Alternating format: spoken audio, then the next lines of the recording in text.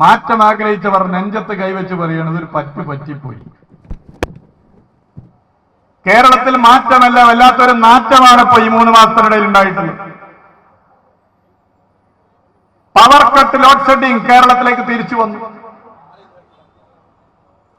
18 വയസ്സുള്ള കന്നി വോട്ടർമാർ പവർ കട്ട് എന്നത് ലോഡ് ഷെഡിംഗ് എന്നെന്ന് ഓർമ്മയില്ല. കാരണം അവർക്ക് 8 വയസ്സിലാണ് അവരത് അനുഭവിച്ചത്. 2ാം ക്ലാസ്സിലും 3ാം ക്ലാസ്സിലൊക്കെ പഠിക്കുമ്പോൾ പവർ കട്ടും ലോഡ് ഷെഡിങ്ങും അന്ന് UDF ഗവൺമെന്റ് ഭരിക്കുമ്പോൾ അനുഭവിച്ചവർ പിന്നെ 10 കൊല്ലം അത് അനുഭവിച്ചിട്ടില്ല. ഇപ്പൊ അവർക്ക് മനസ്സിലായി പവർ കട്ട് എന്താണ്, ലോഡ് ഷെഡിങ്. മാറ്റമാണ്, മാറ്റത്തിന്റെ ഭാഗമായിട്ട് വന്നതാണ്. വൈദ്യുതി മേഖലയിലെ UDF സർക്കാരിന്റെ മിസ്മാനേജ്മെന്റ് ആണ് കേരളത്തിൽ ഇന്ന് കാണുന്ന പവർ കട്ടിന്റെയും ലോഡ് ഷെഡിങ്ങിന്റെയും കാരണം. കാലാവസ്ഥയിലുണ്ടായ ചില പ്രത്യേകതരം പ്രശ്നമാണ് ഇതിന്റെ കാരണമെന്നാണ് മുഖ്യമന്ത്രി പറഞ്ഞത്. ഇതിന് സമാനമായ കാലാവസ്ഥയുമായി ബന്ധപ്പെട്ട പ്രശ്നം 2017 ഉണ്ടായി. അന്ന് മണിയാശാനാണ് വൈദ്യുതി വകുപ്പ് മന്ത്രി, സഖാവ് MM മണി. അന്ന് ഗവൺമെന്റ് ചർച്ച ചെയ്തു. ഗുജറാത്ത് ഗവൺമെന്റിൽ നിന്നും ചുരുങ്ങിയ പൈസക്ക് വൈദ്യുതി വാങ്ങി. 2022 ഇതിന് സമാനമായ പ്രശ്നമുണ്ടായി.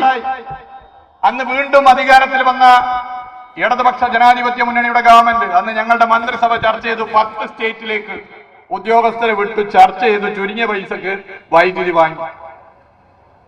ഇപ്പൊ എന്തേ വാങ്ങാൻ?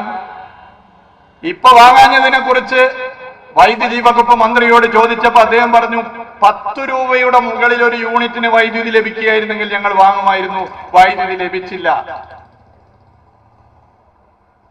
അപ്പോഴാണ് പവർ സെന്റർ ആധികാരികമായി ഓരോ സംസ്ഥാനവും വൈദ്യുതി വെക്കുന്നതിന്റെ ആധികാരികമായ രേഖയടങ്ങിയ പവർ സെന്റർ ജൂലൈ 15 കർണാടക എന്ന് പറയുന്ന സംസ്ഥാനം 9 രൂപ 2 പൈസക്ക് വൈദ്യുതി വിറ്റ കണക്ക് പുറത്തുവിട്ടു.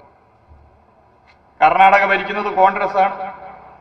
കർണാടക സ്റ്റേറ്റും കേരളവും തമ്മിൽ നല്ല ബന്ധമുണ്ട്. കർണാടക സംസ്ഥാനത്തെ കോൺഗ്രസിന് ഈ നിയമസഭാ മണ്ഡലമായിട്ട് നല്ല ബന്ധമുണ്ട്. കാരണം തെരഞ്ഞെടുപ്പിന്റെ ചെലവിന് നല്ല സഹായം ചെയ്തത് കർണാടക കോൺഗ്രസ് ആണ്.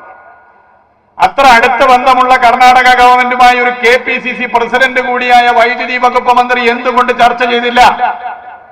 എന്തുകൊണ്ട് 9 രൂപ 2 പൈസക്ക് വൈദ്യുതി ലഭിക്കുന്ന ഒരു സാഹചര്യം ഉണ്ടായിട്ടും അത് വാങ്ങാൻ തയ്യാറായില്ല? വൈദ്യുതി മേഖലയിലെ മിസ്മാനേജ്മെന്റ് ആണ് അതിന്റെ കാരണം. ലോകകപ്പ് ഫുട്ബോൾ ഞാനും നിങ്ങളും ഇത്തവണ കാണുമ്പോൾ നമുക്കൊക്കെ ഇഷ്ടപ്പെട്ട ടീമുണ്ട്. ആ ടീമിന്റെ കളി ടെലിവിഷനിൽ കാണുമ്പോൾ നമ്മുടെ നെഞ്ച് പിടക്കുക, ടീം ജയിക്കുകയോ തോക്കുകയോ എന്ന് ഓർത്തിട്ട് മാത്രമല്ല, കറണ്ട് പോവോ ഇല്ലയോ എന്നുള്ള പേടിയുമായിരുന്നു. 2022 ലോകകപ്പിൽ ഇങ്ങനെ ഒരു അവസ്ഥ ഉണ്ടായോ? 2018 ലോകകപ്പിൽ ഇങ്ങനെ ഒരു അവസ്ഥ ഉണ്ടായോ? അന്ന് പവർ കട്ടും ലോഡ് ഷെഡിങ്ങും ഇല്ല. ഇടതുപക്ഷ സർക്കാരിന്റെ ഭരണസമയമാണ്. 2 പേരുടെ ജീവൻ പവർ കട്ടും ലോഡ് ഷെഡിങ്ങും കാരണം ഈ കേരളത്തിൽ നഷ്ടപ്പെട്ടു. ഒന്ന് പാലക്കാട്ട് കൃഷ്ണൻ എന്ന് പറയുന്ന വ്യക്തി ആശുപത്രിയിൽ നിന്നും ഡിസ്ചാർജ് ചെയ്ത് ഡോക്ടർ പറഞ്ഞതുപോലെ ഓക്സിജൻ കോൺസെൻട്രേറ്ററിൽ ജീവിച്ചു വരികയാണ്. ഓക്സിജൻ കോൺസെൻട്രേറ്റർ വർക്ക് ചെയ്യണമെങ്കിൽ പവർ വേണം. തുടർച്ചയായി കറണ്ട് ഇല്ലാത്തതിന്റെ ഭാഗമായി പവർ ഫെയിലിയർ വന്നു. അദ്ദേഹം മരണപ്പെട്ടു. UDF ഗവൺമെന്റിന്റെ വൈദ്യുതി മേഖലയിലെ മിസ്മാനേജ്മെന്റിന്റെ രക്തസാക്ഷിയാണ് കൃഷ്ണൻ. എറണാകുളത്ത് മറിയം എന്ന് പറയുന്ന വീട്ടമ്മ